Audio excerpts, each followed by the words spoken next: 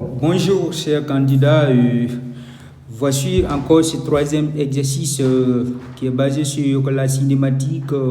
On nous demande de déterminer l'équation de la trajectoire telle que x égale à 0,5 t au cube plus dt carré et y égale à t au cube plus 4t au carré moins 17. Lorsqu'on demande de déterminer l'équation de la trajectoire, il faut comprendre que c'est d'exprimer y en fonction de x. Et dans le résultat, on ne doit pas avoir le temps parce que ce n'est pas une équation horaire.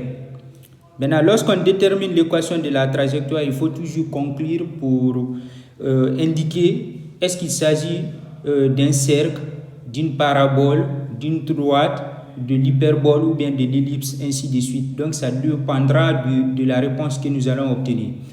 Donc, ça, c'est la première partie. La deuxième partie, il faut toujours remarquer le comportement de l'expression de x et le comportement de l'expression de y.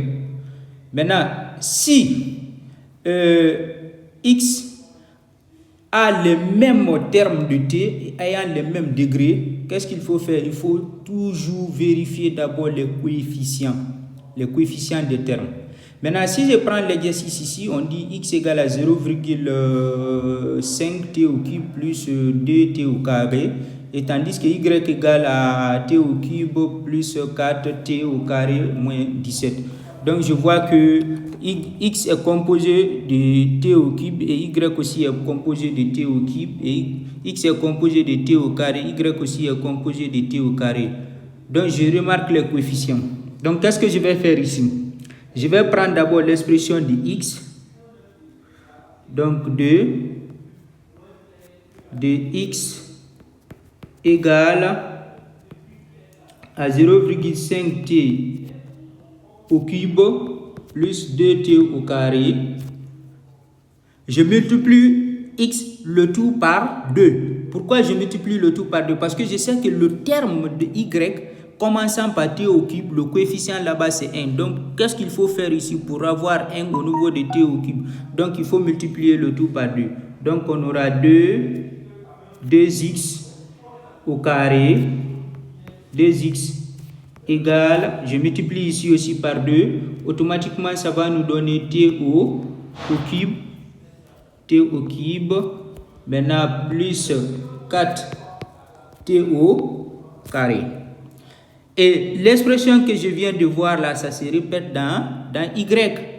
Donc, je vais dire, or, y égale à t au cube plus 4t au carré moins 17. Donc, je remplace ça par son expression. Ce qui est là, c'est 2x. Donc, d'où on aura, y égale à 2x moins 17. Donc, pour déterminer la nature de la trajectoire, donc la trajectoire